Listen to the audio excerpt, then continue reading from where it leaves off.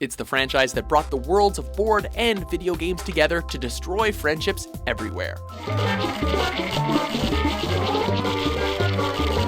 Welcome to WatchMojo.com, and today we'll be counting down our picks for the top 10 Mario Party minigames.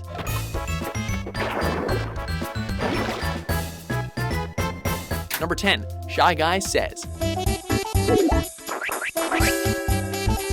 Shy Guy Says is a bit like Simon Says, only with much higher stakes. At the mercy of a masked baddie, the players must raise their red or white flag in unison to your puppet master's directions. Sounds easy enough, right? Well, the Shy Guy will do his best to throw you off, by raising 2 flags at once sometimes. Hold up the wrong flag and he'll cut you loose. Don't you just wish you could hurl a turnip at that tricky bastard? Number 9, Lift Leapers. Go! Lift Leapers is in the tradition of Mario's platforming roots, but still maintains the competitive spirit the Mario Party games are known for. 4 players are confronted by a zany obstacle course. From there, it's a race to the finish. The game is just as much about accuracy as it is about speed, requiring you to jump from platforms moving horizontally, vertically, and circularly.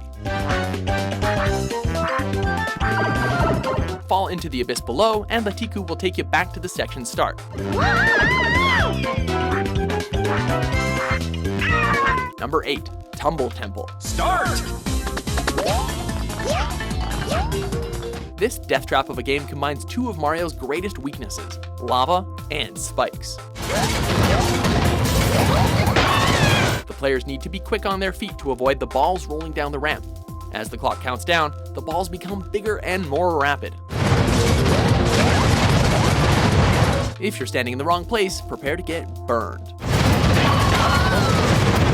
To make matters more difficult, the ramp is littered with pegs that keep shifting. You're never quite sure where the balls will end up, giving Tumble Temple the essence of a massive Plinko game. Number 7, the final countdown. Go! Oh! Forcing your opponents off small platforms is one of the most common objectives in Mario Party minigames. The final countdown is one of the most suspenseful examples thereof. Essentially the Sudoku game of death, players leap onto a grid of 9 numbered panels knitted together over a canyon. Go! Throughout this cliffhanger of a game, each panel will count backwards.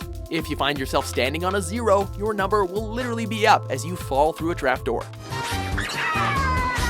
Winning the game will require great skill, not to mention great timing, as a carefully placed punch will send your opponents to their doom.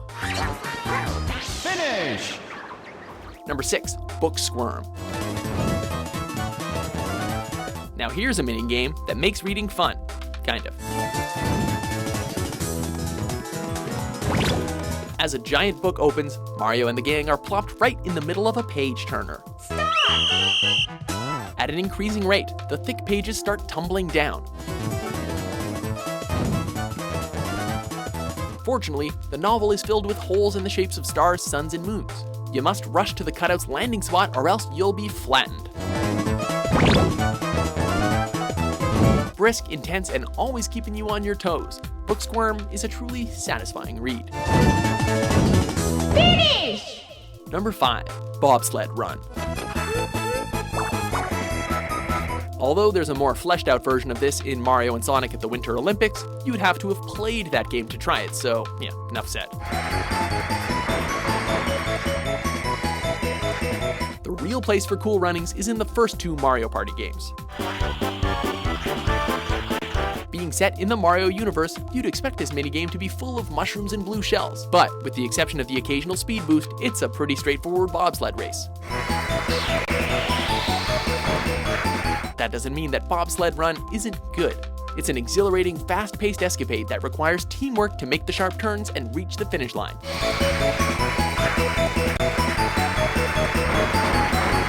Hey, by the way, what's that X on the penguin sled?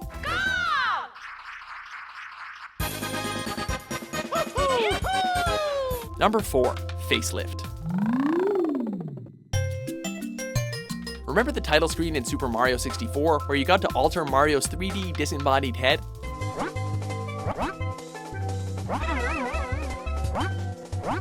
Well, Facelift is the spiritual successor to that. Just when you thought Bowser couldn't get any more hideous, his face is completely distorted as if it were made out of Play-Doh.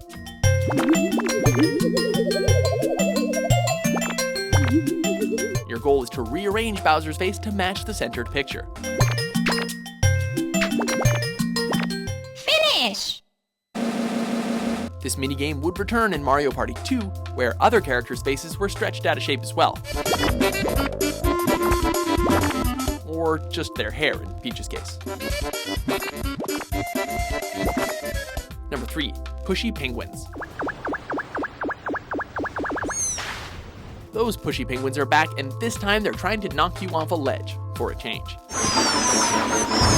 Stranded on a large block of ice, the players are suddenly bombarded by an endless parade of penguins. As they stampede into the icy water, you need to maneuver around the crowd and not get pulled in with them. Especially look out for the adult penguins, which are virtually impossible to get past when grouped together. If only you could jump over the penguins, this game would be much easier, although not nearly as exciting. Number 2. Dungeon Duos. Dungeon Duos is about as epic as Mario Party minigames get, packing several different obstacles into one mind-blowing marathon.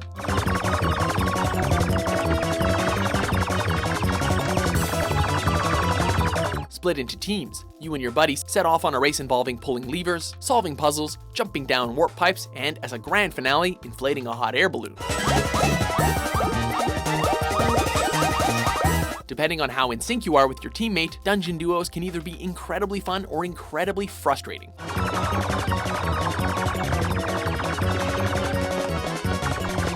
Either way, you'll need to stop and take a deep breath when it's all over. I lost. Before we roll the dice and play our top minigame, here are a few honorable mentions.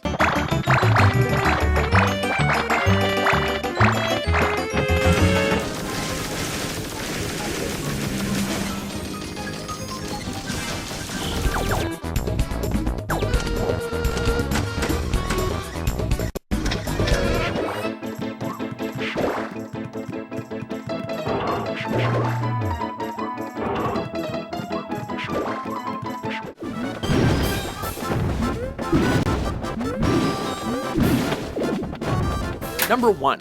Bumper Balls. Playing a Mario Party game often feels like touring an amusement park full of diverse attractions. While bumper cars might not be the biggest and flashiest rides at the park, they're always one of the most enjoyable rides to go on with your friends. The same can be said about bumper balls.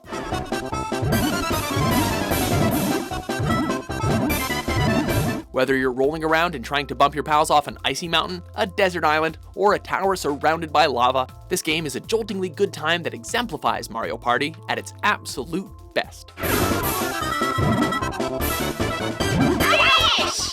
Do you agree with our list? What's your favorite Mario Party minigame? For more entertaining top 10s published every day, be sure to subscribe to WatchMojo.com.